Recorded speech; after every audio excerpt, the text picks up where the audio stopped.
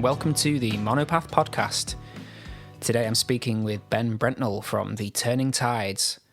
I've known Ben for quite a few years. I produced one of his last records when he was writing in the band Boxing Club. That's Boxing Club with a K. Ben had actually contacted me after hearing the pilot podcast with Liam from Woes and Wonder. Ben's story resonates quite deeply with some of the things we spoke about in that very first podcast. The interesting departure from those similarities was in Ben's admission of the anxiety and the emotions that one can sometimes find themselves experiencing when sharing music with others, particularly given the setting of a band environment, a collaboration between other musicians. Considered from the point of view of a primary songwriter, something I found that I could connect with. Other than that, you can expect some of the recurrent themes of the podcast. We do go into some detail about the songwriting process itself. There's certainly some crossover between the things we discussed there and some of the other podcasts where we've spoken about different kinds of creativity or different kinds of art. In this instance, we do discuss the structuring of a life of creativity, how to extract meaning from music, perfectionism, the relationship between art and the artist, and the way art seems to be filtered through a series of variables, which is something else that's come up in earlier podcasts. I'm hoping that, as an aside, the audio quality, at least on my end, is improving.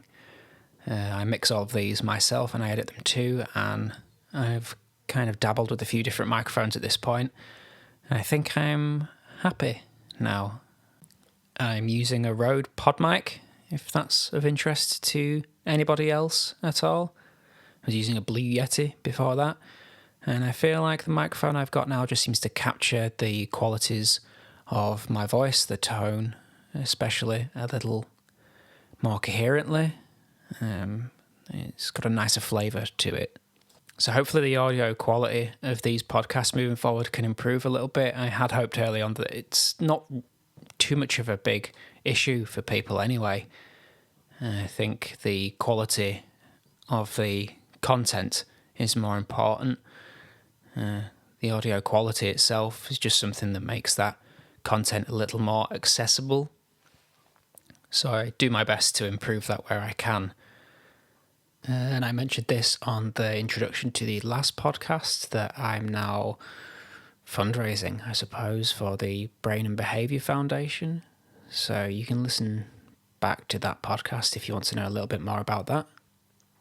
That's kind of meant that I've sidelined some of my thoughts about Patreon and funding the podcast for the time being, at least.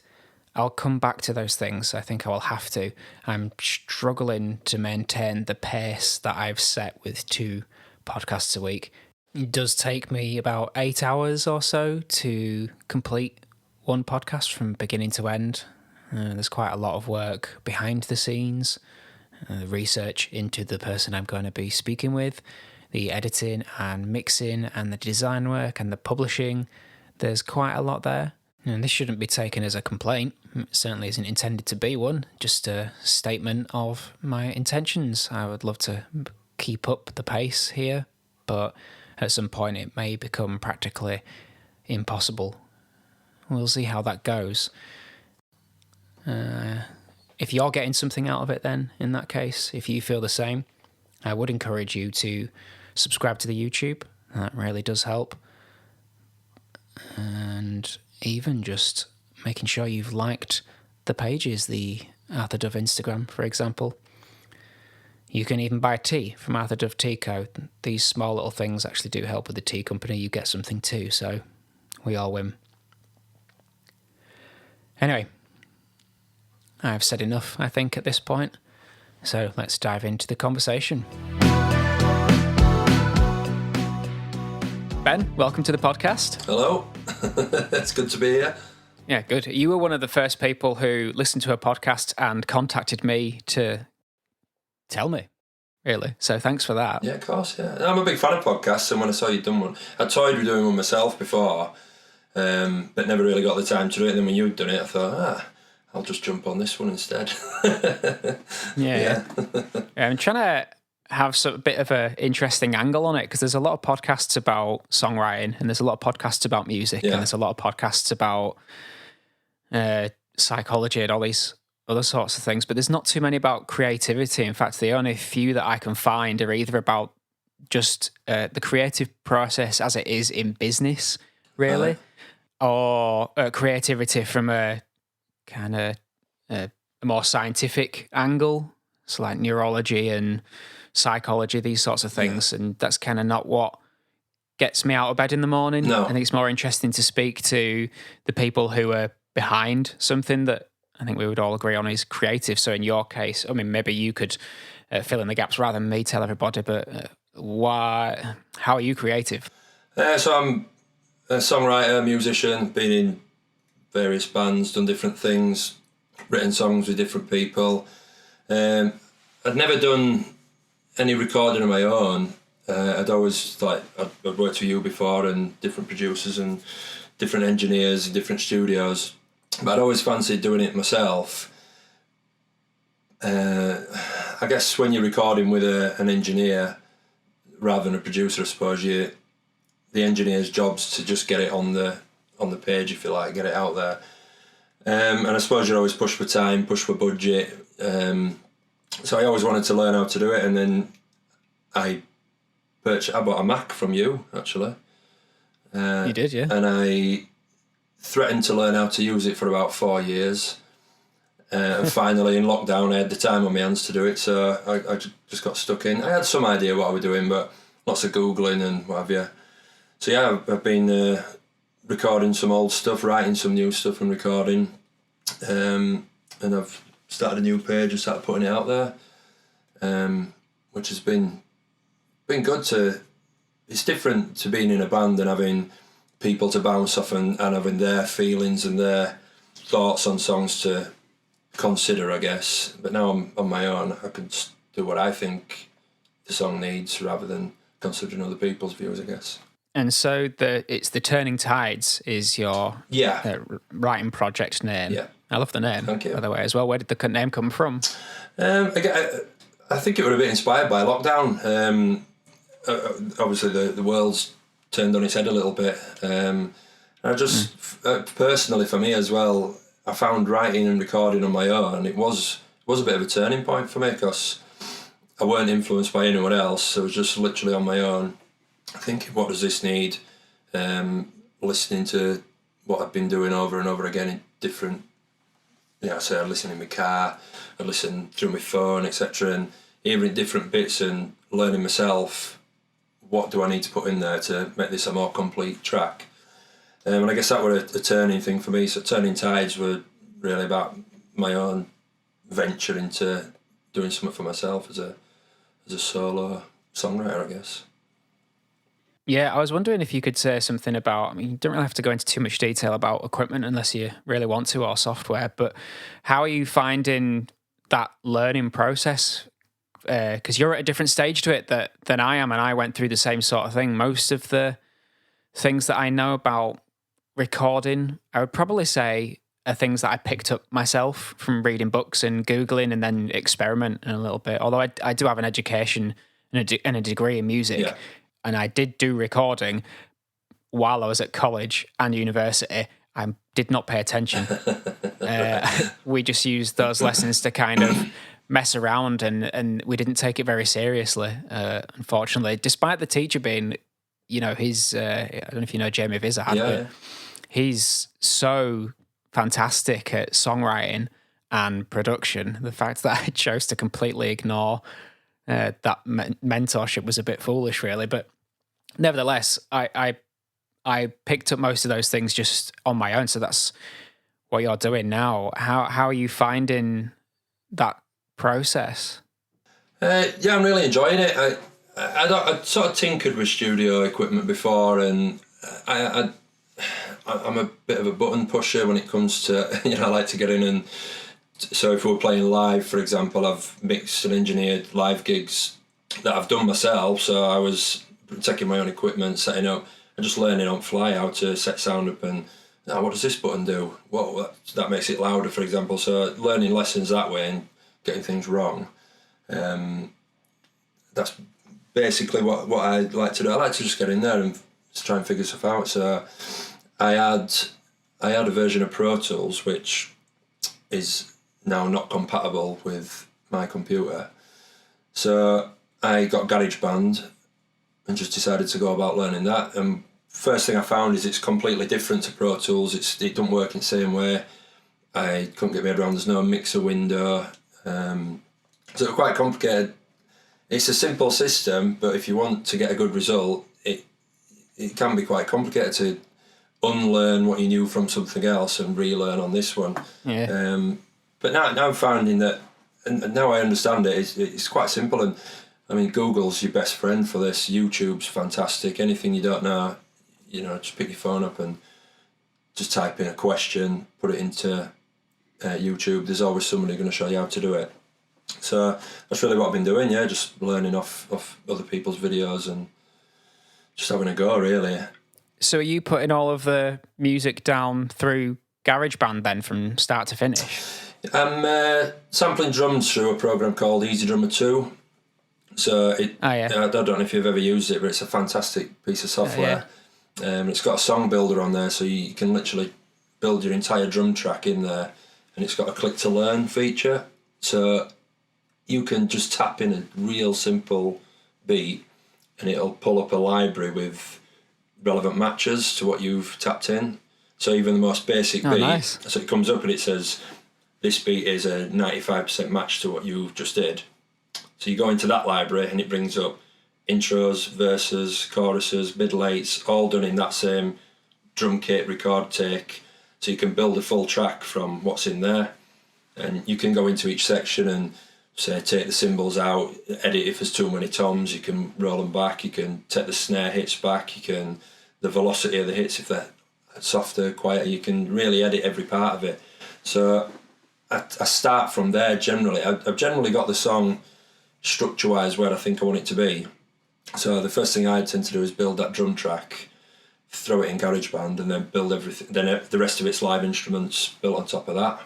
Yeah, that's a pretty standard approach to recording, really, to begin with the drums and then layer things on top of it. I mean, that was always how I approached it. It was drums, then all of the bass portions of the mix, and then the guitars, and then finally the vocals. That was usually the step-by-step process that I took in terms of which instrument and when.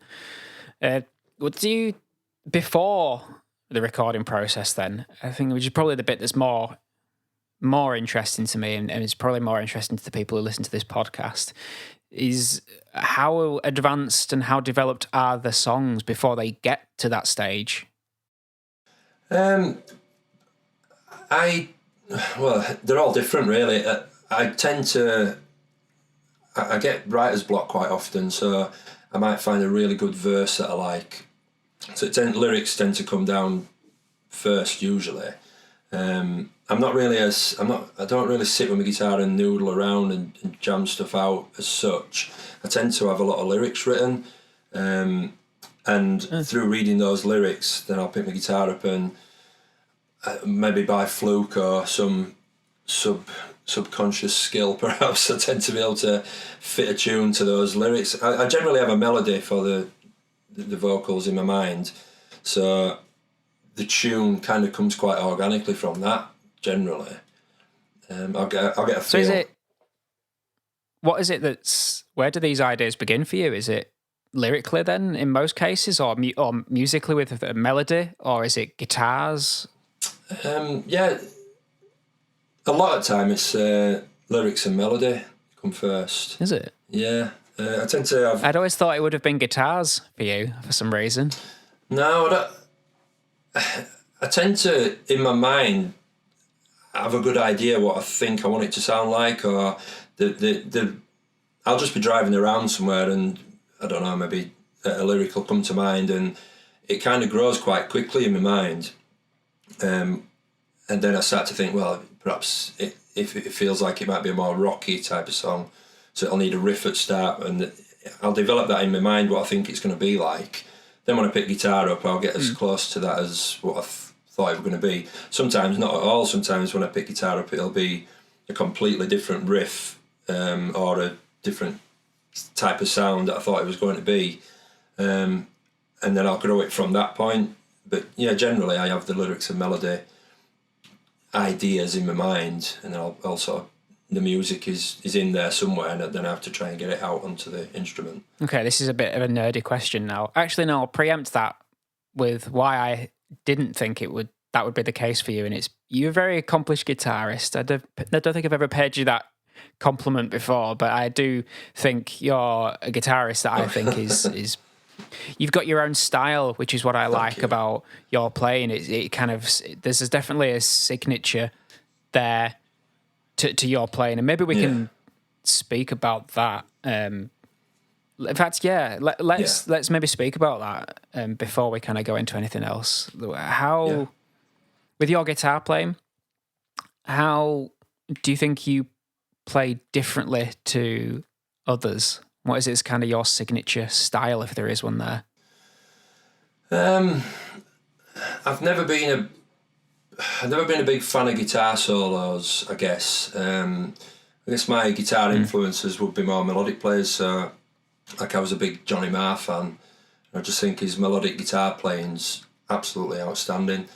And I think because as a writer I tend to get the whole piece together on my guitar myself, I write in a way that I guess it can be quite percussive, so like I guess a drummer could pick up on what I'm doing quite naturally. I guess I play in a way that sort of leads the other instruments. I don't know why I've always played that way. I've never particularly liked playing with other guitar players, I guess, as well. I like to make a big enough sound on my own. And I don't know, I always feel like I'm not very compatible player with other people, guitar-wise. Yeah, there's a lot. It's quite busy stuff. I remember when we recorded all the stuff for Boxing Club, it was a lot of octave pedal as well. Yeah. So that does kind of make sense that you would want to fill in that sonic soundscape or make the guitar more of a sonic soundscape. I always thought your playing was kind of like bluesy rock. Yeah, sure, definitely. Yeah. That's always the feel that it kind of got me. But yeah, being more melodic than anything else, that does seem to describe what you're doing. I guess it was a surprise to me partly as well about the way that your songs start, because practically all the music I've heard you write always feels like it's guitar music. Yeah.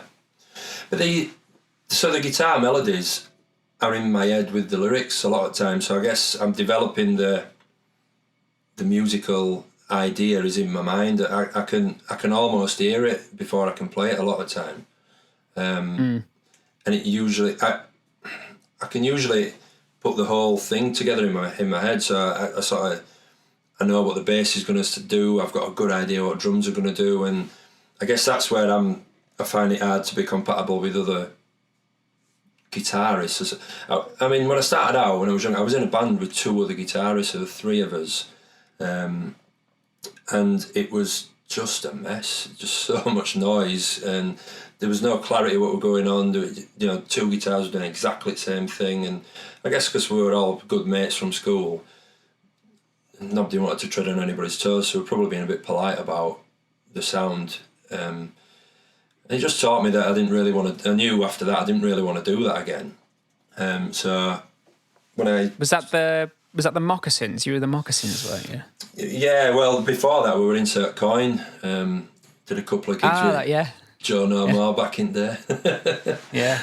It was Insert Coin, and then we lost one of the guitarists. We had a bit of a falling out with him and he left. And then we became the Moccasins. But that band...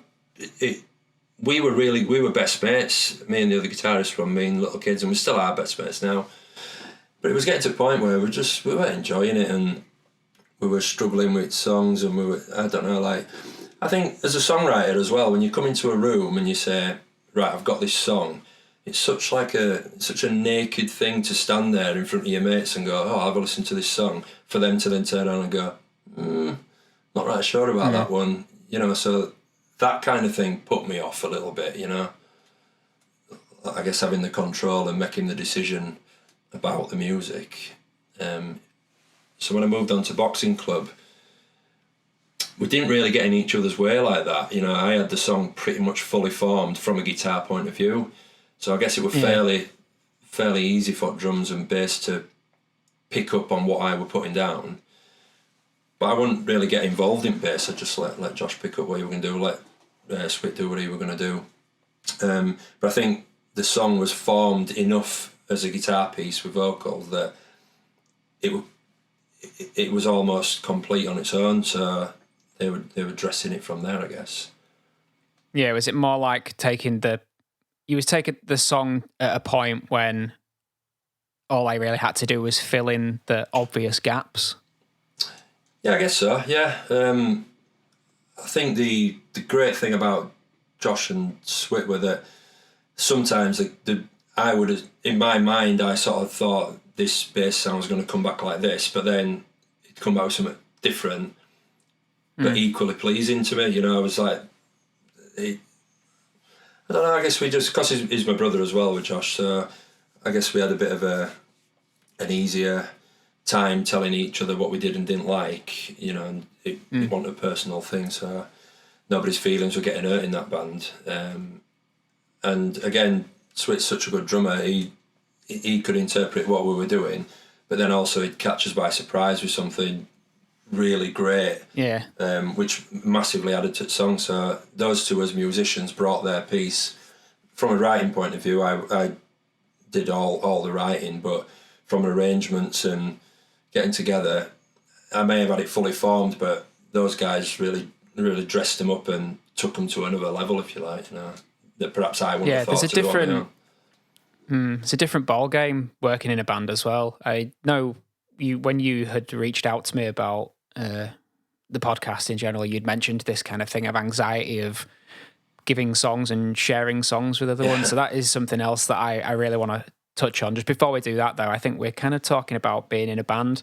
I like this idea of skill, but it's a trust thing, I think, really. When you're in a band with people that you trust, you can almost leave them to it. And I know from my personal experience being in the bands that I've been in, I've really struggled to give up my songs to a point where I might write most of a song and I really struggle to just give it away and say, you know what you're doing, guitarist 1 and guitarist 2, so do your own thing. This is my rough idea. I'm not a guitar player. You do it better. I've struggled with that especially when I was younger, and a lot less now. I couldn't give up the ownership of the song that I was sharing.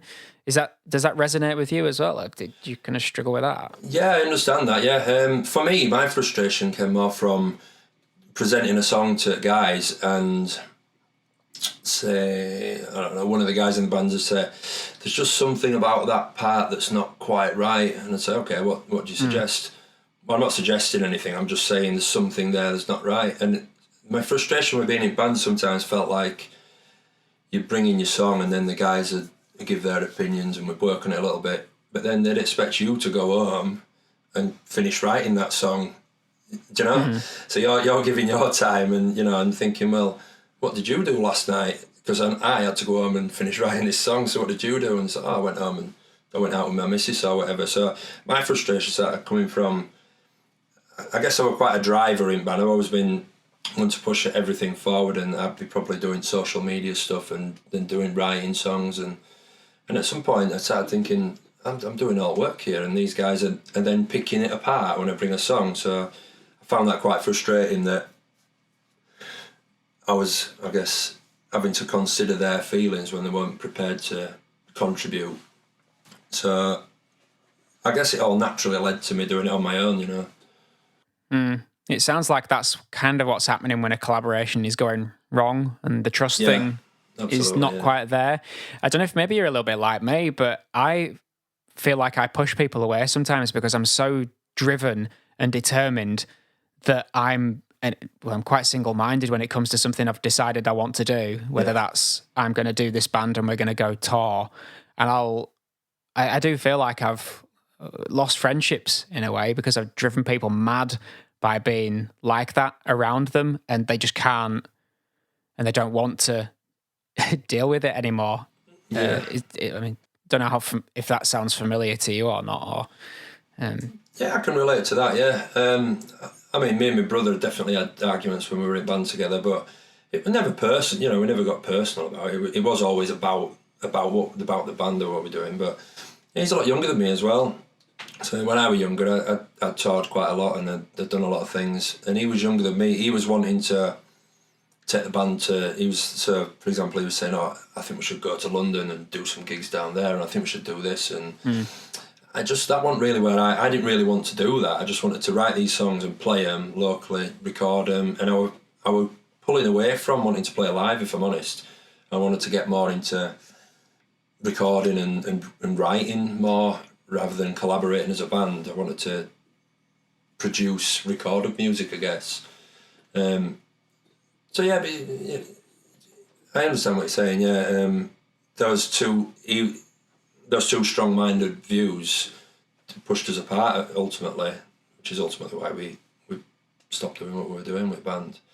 And Josh went on to join another band that were touring, were going up and down country, which is what he wanted to do, you know. So he did right thing for him at time, and for me and Sweat, it was right time for us to have a little rest from it. And then as life goes on, you know, I've got married, I've had a young son now. So I kind of put it away for a little bit. I'd put music in a little box for a while and sort of concentrate on my family life. And then, like I said, lockdown came along and I just thought, I need it back. I've missed it. And since I've been doing it again, it's definitely changed. It's definitely taught me that it's something I do need to be doing. Definitely I've missed it. And it definitely has impacted my life in a positive way again. Yeah, it's maybe like the turning tides was just something kind of gestating. It's just kind of pregnant in you eventually. Yeah. It's just kind of get out. It was the same with me for Arthur Dove. It was necessary. Yeah. I think I hear that a lot with people who do anything creative or anything artistic, I should say. And I don't think it really seems to matter what the art happens to be. But they would say something, and this works for me too, is that there's a mental health benefit to doing it, almost as if you can't help but do it. And it sounds kind of like what you're saying there. I think some of the things we are talking about in general are certainly to do with mental health, though. Anyway, I kind of feel like that makes it appropriate to go back to the kind of anxiety topic. How did you ever deal with the anxiety? Did you ever feel like you got better at handling that sharing of songs with other people, or the feedback that you were getting for it? Yeah, absolutely. I mean, you develop a thick skin for it, I guess. But I suppose in some ways you're in danger of losing the care over the music and the songs. So, like the example I spoke about earlier, that early band I were in, I knew if there was a particular song that I liked, I would have to bring two other songs that I knew they wouldn't like in order to direct them to the one that I did like. So I'd come into practice with 3 songs, show them 2 that perhaps weren't as good, and then hit them with a good one, just because I knew psychologically they'd get on board with that song, which is what I wanted to happen. So I found myself in a way manipulating situation to get them on board with the songs that I liked, and it just felt like a lot of work, you know. But actually, some of the throwaway songs have stuck with me for years and years. And the latest song I just put out was one of those songs that I threw away from 8 years ago. I had those lyrics then, and they've just never left me. I never wrote them down. They always stayed in my mind. So, you know, at that time I was thinking this is a throwaway, and then now, all these years later, I'm like, actually, I think I were on. Yeah, what's the kind of frequency rate of your ideas then, like creative output? Are you always having ideas and musical ideas or lyrical ideas, or is it infrequent? Does it dip? Yeah, it dips in and out. I definitely have spells where I'm more productive. It just strikes at unusual times. You know, I could be at work, sat with a customer who I need to concentrate on, and all of a sudden I have to just say, "Oh, I'm sorry, can I just nip out of office for a minute, because if I don't get this thing down, it'll go away." So sometimes it's inconvenient, but I definitely found if I need to try to give myself headspace to think about it. If I'm allowing myself to get too consumed with like my job or day-to-day stuff, I'm not leaving any room to write or to allow those melodies to come. And I've definitely found it in lockdown. It was a massive thing that I all of a sudden had this time. So these first couple of weeks went by where it was a bit unusual not being at work, and then those following 8 weeks I just allowed myself to just be at home and not have anything to do, and to have all this free time. And then I just found that I started playing again, and I started writing lyrics again, and melodies were coming to me again. So it was a bit of a revelation that I'd never really understood until then. And I thought, if I don't give my mental health some space to allow these stuff to come, it's going to be harder, and it's going to be difficult to get it down. And I found that when I used to write, I used to pace a lot. So if I had some lyrics come to me, I'd find that I'd be walking up and down in whichever room I was in, almost in a frustrated way to egg my brain on to think of some more lyrics. And I've not really been having to do that this time round. I've found that they've come quite organically to me this time. Yeah, I feel like you've got limited space in your mind to fill with whatever you want to fill it with, or it'll fill itself. Yeah. And sometimes it's like filling that room with only furniture you hate. and so you've kind of got to make some conscious decisions there and go, you know, what am I doing? Why don't I just put some things that I actually want in here instead? For me, I had the same.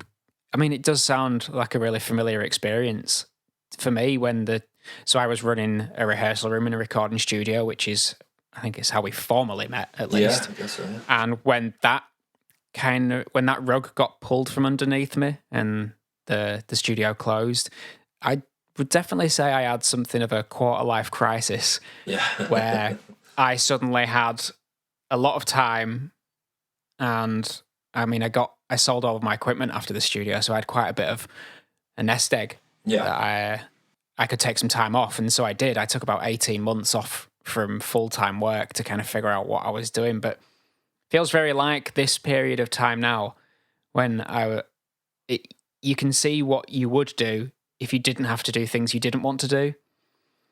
And so I chose to do some of the things that I'm doing now, philosophy being one of those things. I kind of started it, although I hadn't really named what I was doing. I was just doing it. And writing music, I found in that period of time, which, as I say, it's very similar to how lockdown has been for quite a lot of people, I think, was that I very suddenly became very creative. And I felt like before that I'd wondered if I could even still do it sometimes. It's like, it's just, and I guess I never really thought about it, but I just wasn't, there were no ideas coming to me really. It's like every now and again, maybe I'd have a lyric that would pop into my head or some half idea, but I just wasn't doing really anything creative at all because I was working on other people's songs and running the studio, and that just took all of my time. I think it became quite money focused. And as soon as that was gone, it was like, oh, okay. And I didn't feel like I made any effort, but I had this crazy amount of musical output over that course. In fact, like I'm still trying to catch up with some of the songs and some of the song ideas that I had back then now. Like I simply can't, I mean, I don't develop the songs quickly enough, and that's a problem that I have, but there's just so many. There's so many. That sounds how it is for you now. Are you feeling like right now a bit more creative then? Are you developing all of these old ideas that have just sat there a little bit more? Yeah, intensely? definitely. Yeah, I think I've just put things into a different perspective now. I guess I've reorganised how I prioritise things. Before I was quite I was quite career focused. Music sort of fell away from me a little bit, and I became really career focused. I was working a lot of hours, driving myself forward to, to get that promotion or to move up in this company, etc. Make more money, buy a bigger house, have a family. I was sort of on that life path. Yeah. And that didn't really work out too well for me. I was stressed out of my mind. Person that I worked for was not a nice bloke at all. Didn't treat anyone with any respect. And it took me nearly 3 years to figure out that weren't a good fit. And I didn't really realise how many other parts of myself I'd lost in doing that. So that was a big one. That when that came to an end, it made me reevaluate a few things in my life. And when my son was born as well, that was another. I just thought, I don't need all this. Music's really important to me. I know it is, and I've let it slip. I need to pick it back up, and I like to play music to my son and get him to get involved a little bit. And things that I've learned, as daft it sounds, things I've learned from him. It's like when you're younger and you start writing songs, you're not afraid to say certain words or use certain phrases, or you're not afraid to mix those chords together that might not traditionally go together in whoever's opinion. But having a son, he has no fear. He's not embarrassed about anything. So when that childlike way that he is made me think, you've just got to do your thing. Do your thing. It's your thing. Just do it. If people don't like it, don't worry about it. It's yours. Put it out there. Hopefully people respond to it, and hopefully it has a nice positive impact. But don't worry too much about that negative thing, and don't be concerned really about people's opinions, as long as you're happy with what you've done. That's really where this has all come from, doing it for myself. It's just me doing my thing, what I think's right, what I think sounds good. Same way when I'm recording, there's certain ways I'll record things. I think, well, that might not be traditionally the right way to do it, but I've got the result that I wanted, so I'm happy with that. It does loop back into, well, when you're taking criticism or when you're giving it and when you're sharing music with somebody, there is like a feedback loop almost between you having this idea, giving it to somebody else to listen to, and then you get the criticism, and then you restructure you take on board it or you ignore it, but you restructure what it is you're doing, and it changes you in some way, and then the art itself changes. If that's a song, it is kind of molded by that feedback. But I think that's a skill in itself, is not, as you said, you've developed not taking it as personally and just kind of feeling a bit more liberated and just a bit more isolated away from it, as if it's there. There's this feedback and there's criticism, but there's a way that there's a style to take it in. That's not.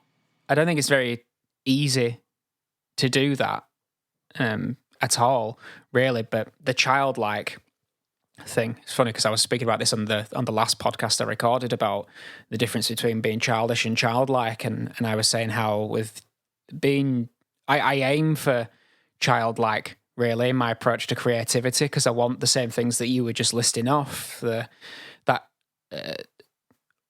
kind of non-cautious approach to creativity, just feeling as if I can really do what I like and it doesn't matter. And I try to keep that, and the curiosity and that thirst for knowing things and trying things. They're all, even though they're associated with a word like childlike, and it seems very close to childish, which is kind of more bratty, I think. They're very different, and I think it's really important in creativity to have the former, not so much the latter, because the latter is what you would get when you get negative feedback and you kind of spit your dummy out and don't take it very well. So that's obviously not a very attractive quality. But the first one, I mean, I feel like I'm really sympathetic to the sort of things you're saying, because that's how I'm looking at the world, really. Most people when I told most people that I was going to go back to university to study philosophy, that was, at least to people who cared about me, it was met with caution and concern, really. Like, what are you going to do with that? What for? What's the point in that? my attitude has always been, and it still is, and that's why I'm doing the podcast, is if it seems like a good idea and I'm willing to spend my time on it, well, that's enough, because, I mean, I don't know what doors it's going to open doing a podcast or studying philosophy or writing the music that I do, but it doesn't seem like it's going to close all that many. Well, I guess people always associate education with what type of job are you going to get from the end of this, rather than just a pursuit of self-improvement, I suppose. And as long as you're making that choice for yourself and it's what you want to do, it's really all that matters, isn't it? And I know, like, I don't know, is it a generational thing? Is it, my parents were very much, do well in school, get a good job when you come out of school, but that's not necessarily like today. That's not really a traditional route, is it? People are making money doing videos on internet or TikToks or whatever else they are. So it's not the same world anymore. But those generational thoughts are still there, and their perception of how you should do things. So I guess by you saying I'm gonna do this course, well, I suppose I can see why people's initial reaction is like, to what end is that then? What you're going to get out of that? And if you get out of it some self-improvement and some, it helps your soul, if you like, then that's got to be enough, hasn't it? Yeah, I always think if I knew what I was going to get out of doing something, then that detracts from doing it in the first place. Like, I don't write... I suppose this is a question for you about music as well. Like, I don't really write a song knowing what it's going to sound like at the end. No. Like, I kind of fumble my way through it. Again, back to this room analogy, and I've used it before, is I always think songwriting for me is like trying to navigate a room that you're quite familiar with in the dark. So you almost know where the furniture and where the door is and where you're supposed to go to get in or out, but you can't quite remember it clearly enough, and you can't quite see, so you're trying to put your hands in places and climb over the furniture, and that's how songwriting is for me. There's a very unclear version of the song in my head when it begins, and so there might be some melody, there might be some lyrics, usually not, but there's usually a melody, there's a vocal melody, and there's some texture to it, but it's so in the background that I have to spend a lot of time trying to bring it into the foreground so that I can see it, if that makes sense. Yeah, like in my mind's eye, to be able to see the melody. So it does feel like I'm in this, by analogy, a dark room that feels like I should know where to go. And that's how it is with the songs. Like, I feel like I should know where the end is, and I know it, but I can't tell somebody what it is because I haven't seen it yet. Does that description kind of make sense to you? Yeah, I understand. Your process? Yeah, it does. Yeah, I will often I'll get a verse together, say, and I'll just leave that. I won't write it down for it. It'll just stay in my mind, and it'll be there. And it could be months pass by, and it'll come back to me, and somehow something in my brain's wrote the second part to that verse without me realising, And I think it's funny that I don't particularly know what my songs are about until I've finished them a lot of times. So I'll finish a song and listen back, and it might be weeks or months later when I might have another listen, or somebody might ask me what it's about, which I hate being asked what my songs are about. But if somebody asks me what it was about, I might think about it and go, I know what it's about now. But at the time, I perhaps didn't, so they don't always make sense to me. But later, I can attach it to something and make sense of it. Whether that was its intention or not, I don't know, but I can usually make sense of it later. But at the time, I just think if it sounds cool and I'm happy with the wording and the melody, I'll go with it. Yeah, I know when I've really tried to improve on lyric writing, but lyrics is for me when I know what the song's about. In fact, it's not even getting the full lyrics done, it's a little after that. But that's kind of the point when I know something about the song. But in the songs I've released as Arthur Dove so far, I think even when I'd finished the full production of it, it was done, I'd released the songs, and it's only really probably since I started studying philosophy that I've developed this skill of being able to say, what am I on about? Yeah, What is that song actually trying to say? There's lyrics there, but I always approached I used to approach the lyrics at least from a very visual point of view. So they just had to feel and look a certain way on the paper.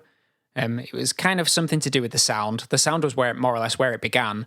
But when I was finishing and developing the lyrics, it was more about what it looked like. And so words would just have a feeling of rightness to them. And I didn't know why. It just did, and I couldn't really explain it. Eventually, kind of partly why I liked the idea of philosophy was because it would help me to kind of put my finger on these things and say, okay, I think that's what that actually is about. That's what I'm interested in, and that I maybe had some latent desire to speak about it or to communicate it that I hadn't realised I had, or I felt more passionately than I do about other things about this one thing. And so it almost had to happen. How do you, this is an unusual segue, but it's a question that I'd get meaning to ask. How do you remember your important ideas? I know you said a lot of them kind of just stick with you naturally anyway, but for others that might not be the case. So how do you kind of remember what the good ideas are?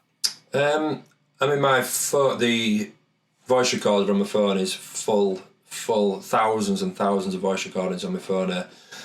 Melody ideas that I've had, or the notes section in my phone's full of lyrics that I've tapped down. So I do write some stuff down. Sometimes if I don't, almost sometimes I'll think, well, if it don't stick, it won't worth sticking. So if it goes away from my mind, fine. If I can't write it down, I can't remember it, or I've got no way to record it at that moment in time. If I'm driving, for example, I just think, well, if it don't come back to me, it won't worth holding on to, and if it does, it does.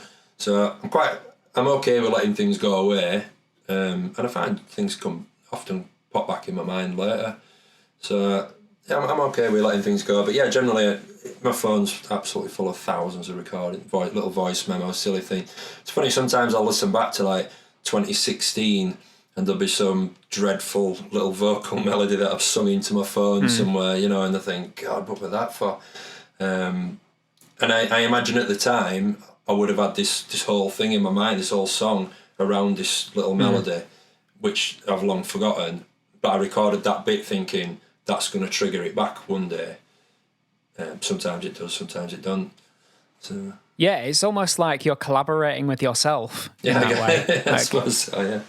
Yeah, I never thought. Because you forget the part. I've had that same experience. I also, like you, I don't do it with lyrics as much, but I do it with melodies. There's just tons of them on my phone and backed up on my MacBook from over the last maybe 10 years or something like that, of these different ideas. And every now and again I'll stumble onto something and go, oh wow, I really like that. Or in some other cases, what was I thinking there? But it does feel like there's a nice way of looking at it as a collaboration with yourself, because when you approach it from the point of view of, I literally do not remember writing this at all, then it's completely fresh. It's unanchored by any emotions or feelings or ideas that you had from it in the first instance, and that can completely rejuvenate an idea in the same way that it would if you were giving it to somebody in a band.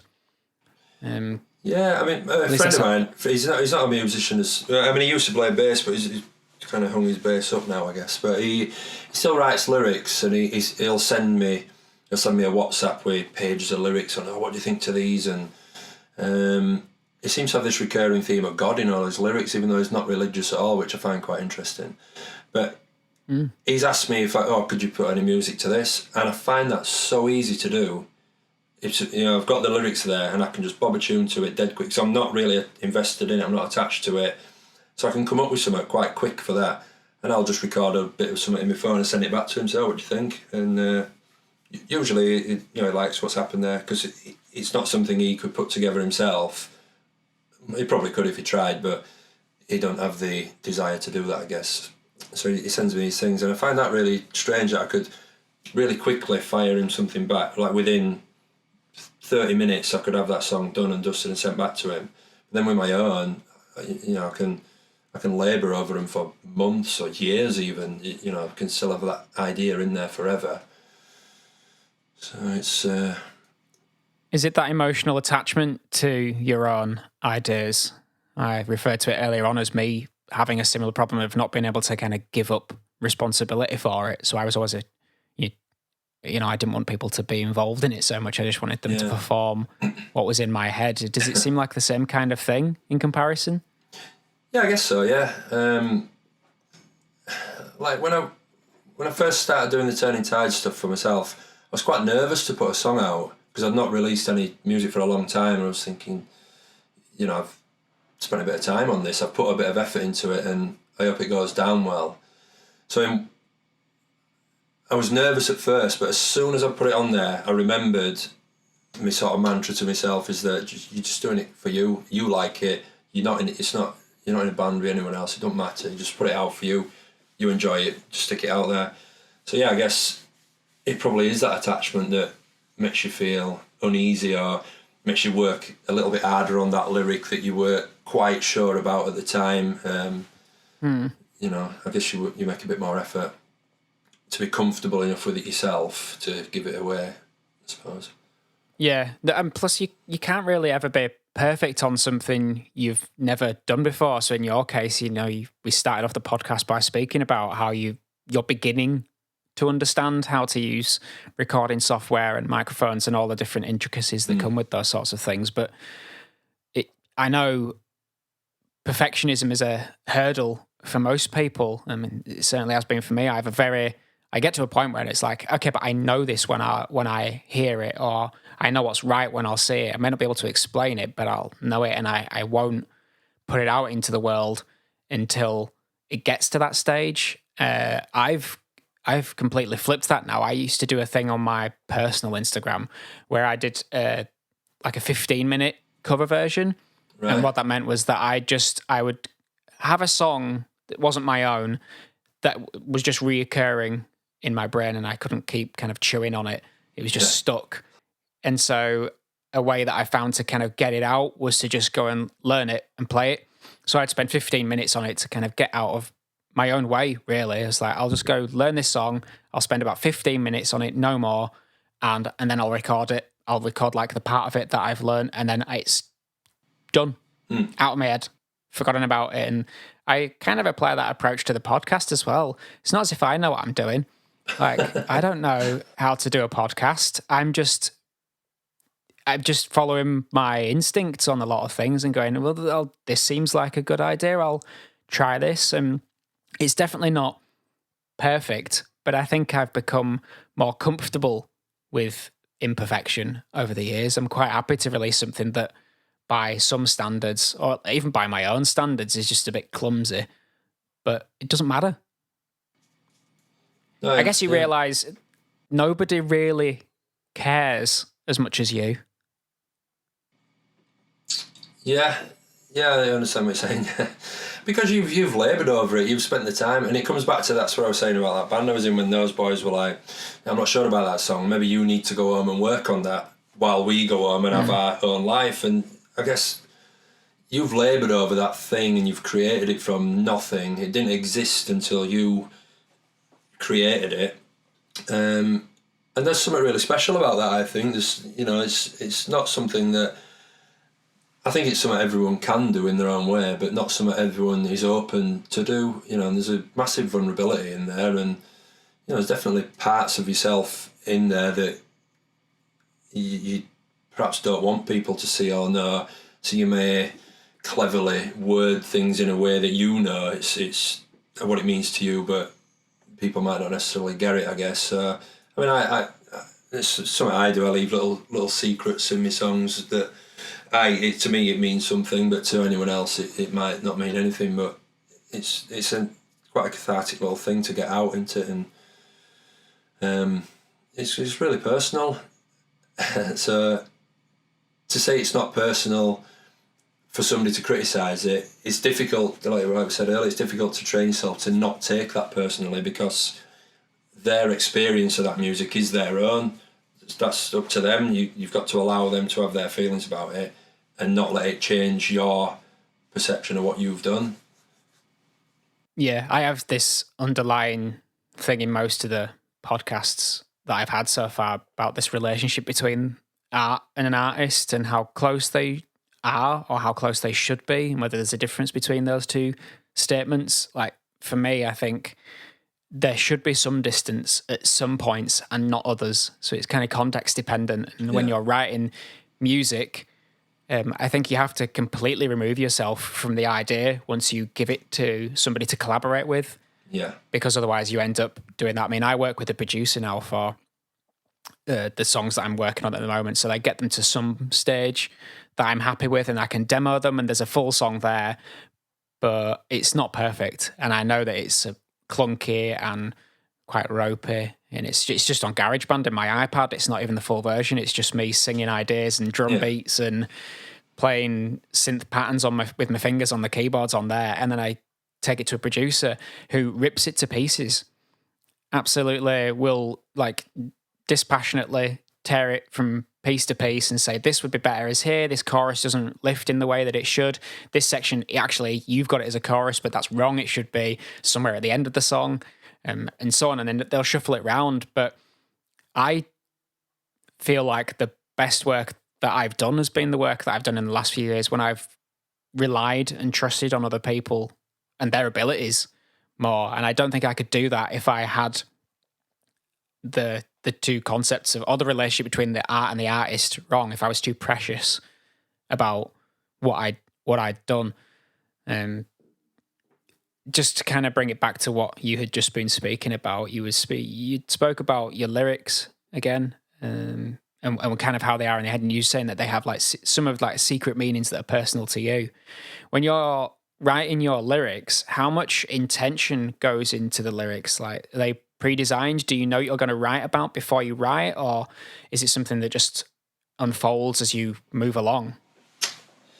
I tend to do quite a lot of sort of social commentary type lyrics, I guess. It usually is about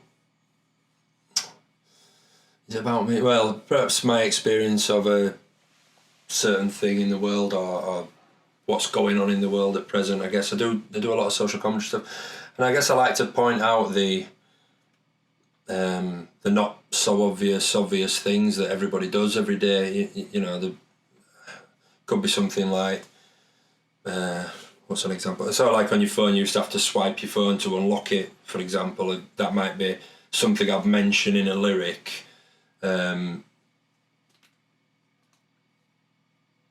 then, like my mate, he was on one of these, what is it, Tinder or whatever, one of them dating apps, but that had a swipe left to do thing.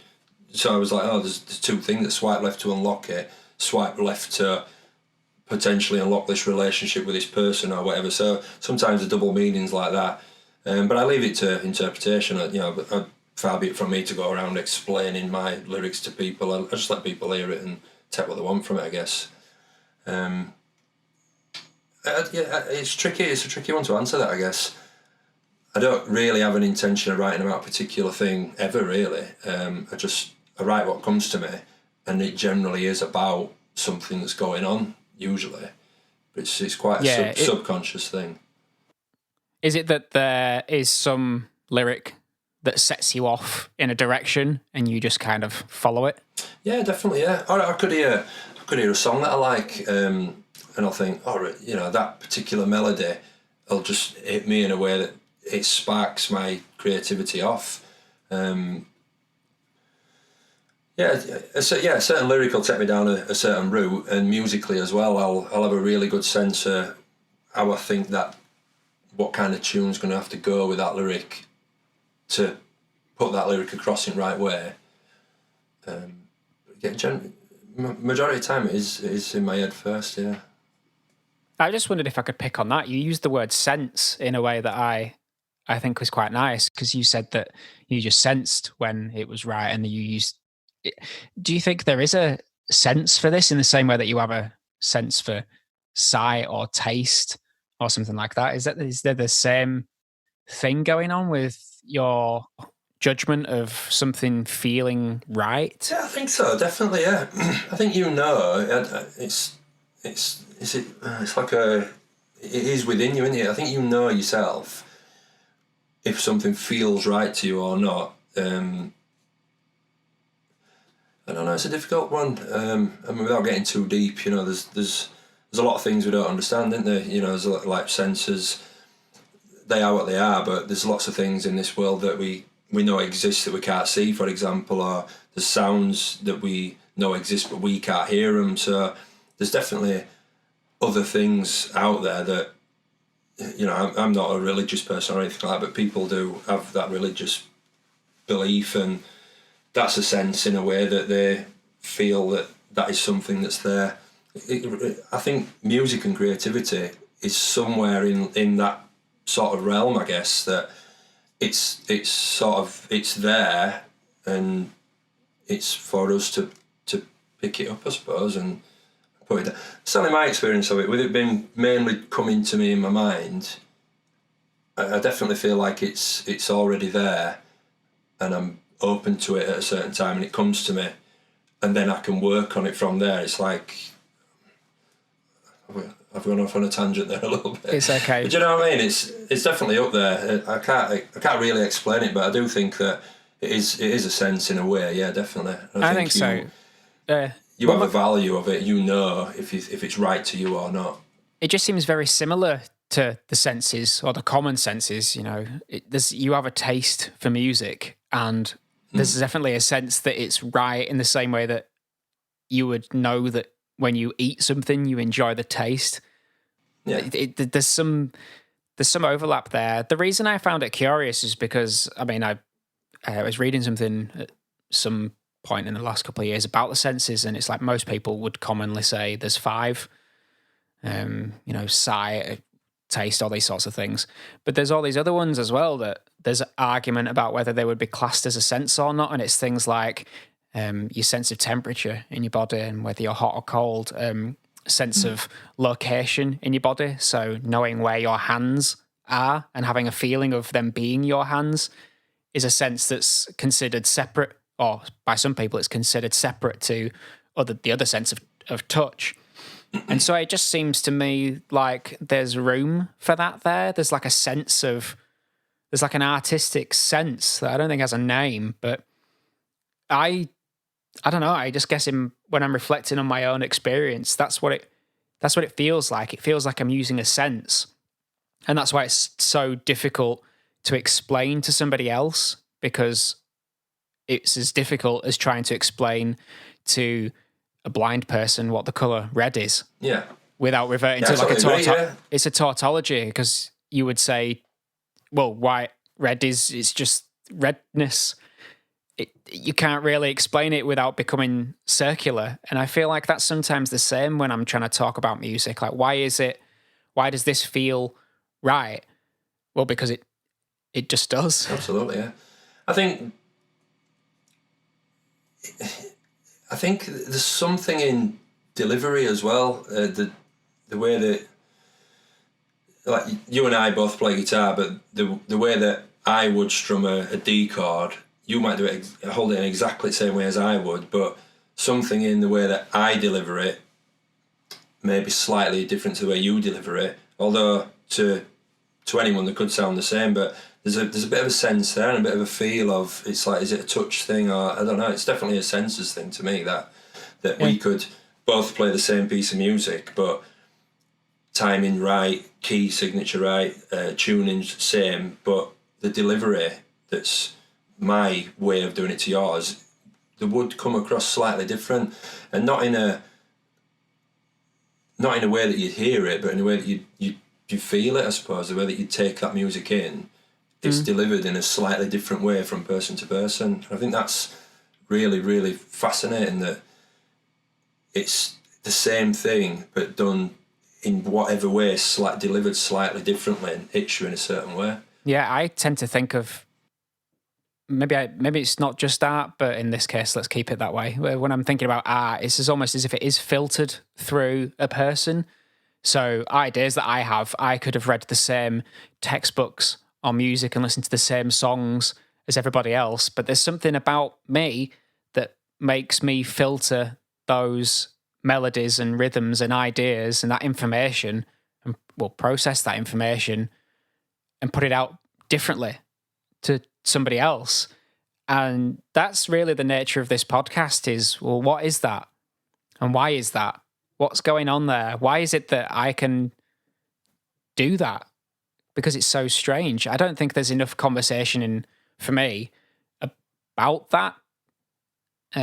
It's something that I just find so interesting.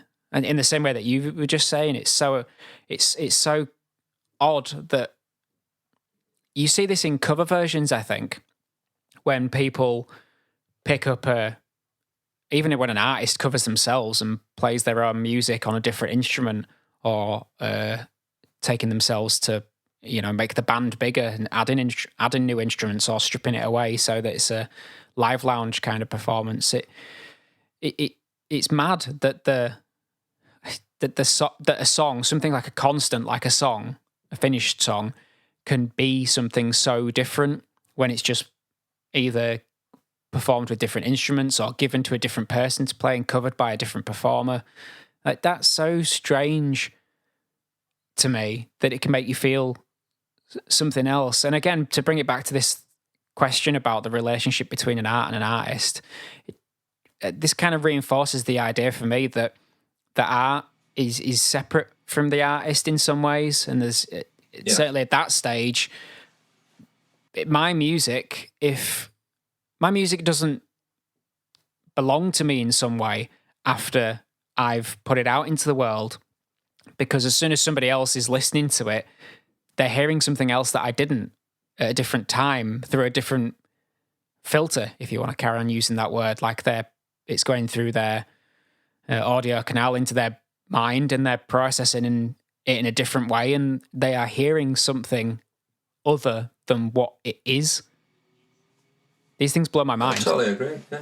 Yeah, you can be listening to something I can listen to something in this room, and the air in this room will manipulate that sound in a slight way that I'll receive it slightly differently to you would in that room you're sat in, for example.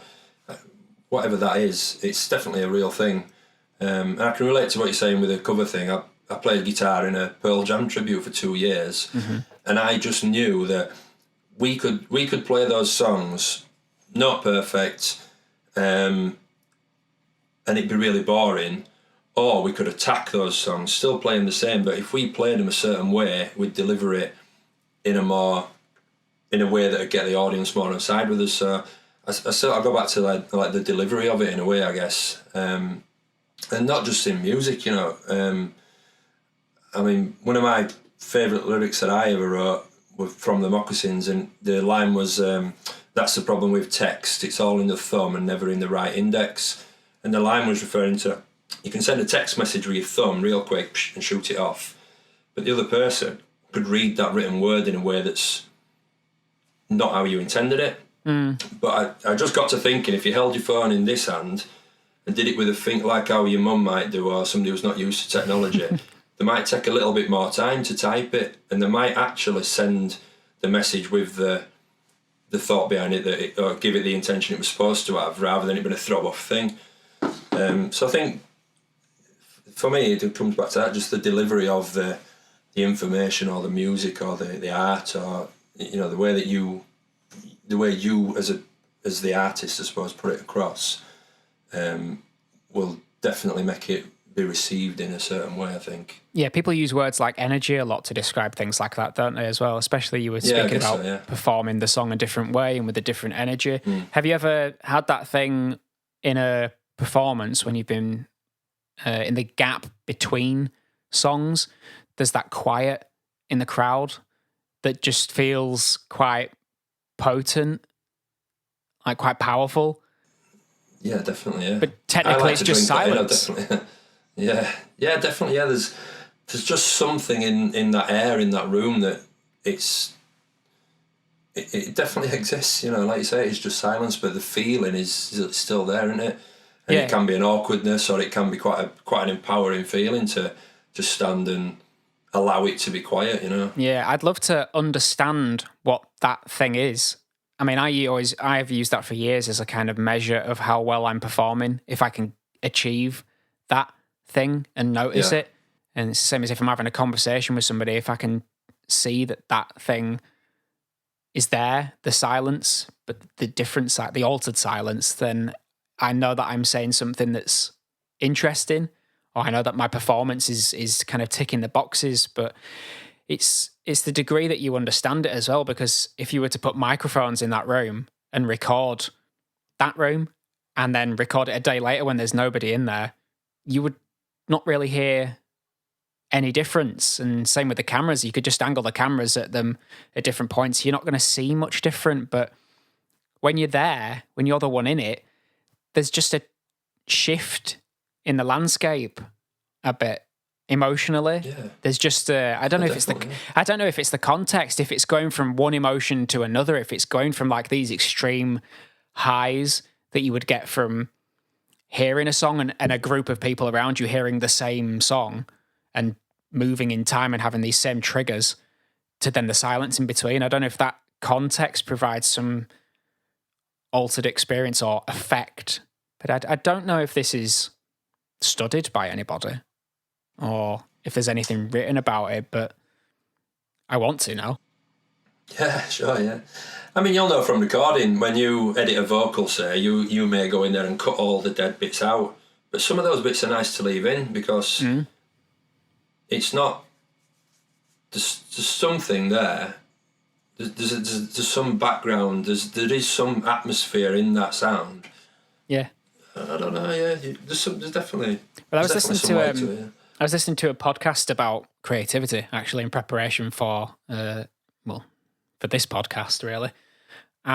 It was about the neurobiology of creativity, and it was a group of scientists whose name I just don't remember at all.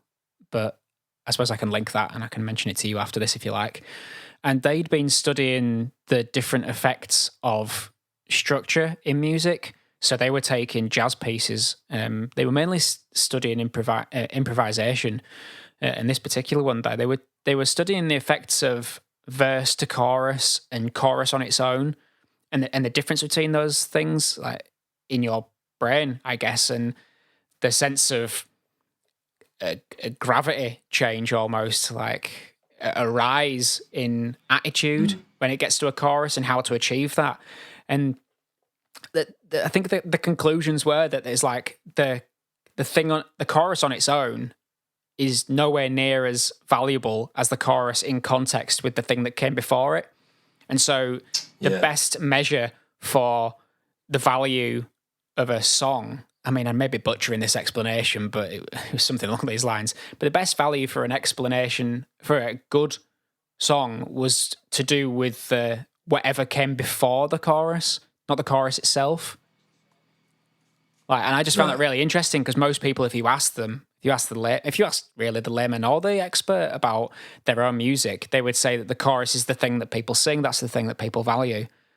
But then there's some kind of neuroscience that's showing something a little bit different there, where the context is the important thing, and it's what precedes the chorus that gives it that gives it the significance. Yeah, I think it can be that. Yeah, that lay up to the chorus is equally as important as the chorus. But you're right, people will generally, the chorus is the bit that stands out to them. So yeah, it's interesting that I've never considered that. Well, I guess the difference is they were saying that it was more important than the chorus. I think. Okay. I think, right. And as I say, it was kind of it was a decent podcast. I'll link it. Anyway, we've probably been going for a little while now, and I'm trying to be kind of careful of people's time and things like that. And plus, I start to get a bit foggy after an hour. Anyway, I can't handle much more of a conversation. Although I feel we could go on and on. Where can people find the Turning Tides? I'm on it on Facebook, just the Turning Tides at Facebook. That's it. I'm not anywhere else at the minute. I have my own Instagram. I may change it, and I may start my own website. But at the moment, everything's just on my Facebook page, the Turning. Okay, and we're recording now on the 14th of July. You just had new music out yesterday, is that right? The day before? Yeah, that's right, yeah. Day before, yeah. Put it out at weekend, yeah. Put a new song out. This time I decided to put a video to it as well, which I made myself. And the song's quite the lyrics I felt were quite important in the song, so I made a lyric video where I actually hand wrote the lyrics to the tune. It was a nightmare to record, to be fair. I had to slow the song right down because nobody can write that fast. Yeah. And then I had to speed the video right up to catch it. But it was almost like are you familiar with automatic writing? Yeah, I do that. Yeah, so, oh do you? Right, okay. Yeah, I do that before I go to bed. So there's a section in the song where there's just a big instrumental section, and it didn't occur to me until I was filming it that there's a big gap with no lyrics, what I'm going to do. So I basically drew a picture in the gap, and it was just the first thing that sprung to mind for whatever reason. I just did it in one take. I didn't do it over and over again. So I had one go, and I thought whatever comes out is going to be what it's going to be.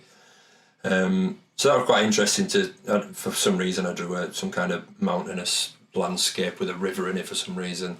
I don't know why that sprung to mind, but perhaps in another week or two that might occur to me as something to do with song. I don't know. We'll see. Well, it's funny as well. I always feel like the songs can be explained in different terms. This is another thing I speak about fairly often with on the podcast about being able to take some constant like a song from different angles and see it in a different light. And so for me, that's the song itself and maybe the design, the artwork that goes along with it, and the T a lot for me as well. So it's kind of a bit of a sideways glance at it. But there is something there with image and picture as well. And so like in your case there, it's just that there's just some feeling that fits to, in that case, like a mountain. There's a reason there. There's an emotion that probably feels big, or maybe the music in that section, as I recall it, is the part of the song where it lifts and rises. Yeah, that's right, yeah. So, maybe there's the climb of the mountain. But I mean, that just speaks to me about how odd our minds are and how they work. Like in making seemingly irrelevant connections to all of the time to anything. It's like you can't even utter a sentence without also feeling something attached to the words. And I mean, for me, I experience some feeling of colour as well in both cases, whether it's music or text, or just having kind of a mental picture pop into your head and then disintegrate. It's a nice thing to end on. So let's leave it there. It was lovely speaking to you. I'll stick all of your links to the Turning Tides in the description to this. We'll speak soon. Well, thanks for having us. Cheers.